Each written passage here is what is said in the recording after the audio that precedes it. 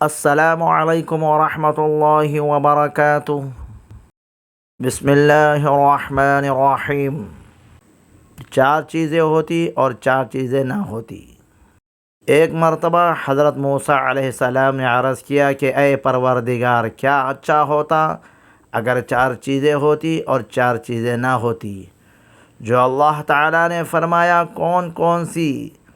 حضرت موسیٰ علیہ السلام نے عرض کیا، زندگی ہوتی موت نہ ہوتی، دولت ہوتی تنگدستی نہ ہوتی، جنت ہوتی جہنم نہ ہوتی، صحت ہوتی بیماری نہ ہوتی۔